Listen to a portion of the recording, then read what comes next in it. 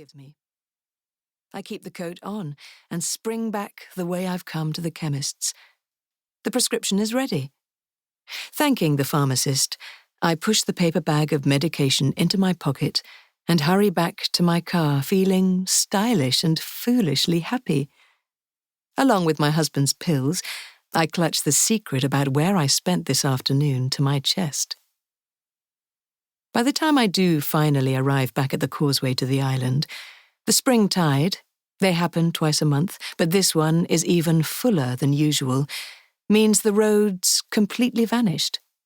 A queue of cars, mostly Audis and 4x4s and the odd Tesla, has formed in front of me, and in the rear-view mirror I see more traffic arriving. There have been times when a vehicle has got submerged, its driver discovering the hard way that the water is deeper in the middle of the causeway than they envisaged. They forget that although it's the 21st century, we are still fundamentally linked, even in our top-of-the-range cars, to the phases of the moon, to the rhythm of the tides, to the weather, to the elements. We are still dependent on nature and ignore this truth at our peril. It's something Jonah and I often discuss, how we recognize, particularly as we age, that we belong to something bigger. He often talks of his renewed sense of awe for the environment that's been further kindled by his living on the boat. At last the road surface emerges as the waters slip away, and the cars in front move tentatively over the causeway. We've had to wait over half an hour to move. But this afternoon, no one gets stuck. We crawl across safely. At home, Tobias is at the computer as usual, sorting through family photos, a project he embarked on after his stroke. "I hand over the curating of our married life to you, my love," I'd said when he came up with the idea. It's true I wondered at the time what would remain when he'd reduced our life together to his key scenes, sorted into albums that he intends to give as gifts to Mia and George on their birthdays. As Tobias works through the photographs, he adjusts our family history, removing the things that don't fit with the facade he likes to present to the world. What tale will the photos tell when he's edited out what or who he doesn't want to remember? I've resigned myself to accepting his narrative, aware part of our family history will be confined to the rubbish heap. But with the best will in the world, you can't retain a record of every moment of all your children's and grandchildren's growing years.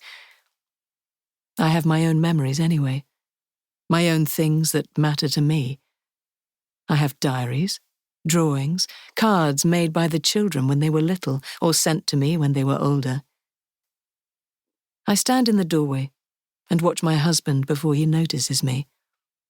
Tobias's once fair hair is beginning to grey. He still has that pale, Scandinavian look about him that I found so attractive when I first met him. Still do, on occasion. But Tobias is a faded version of the man he was before, since his illness.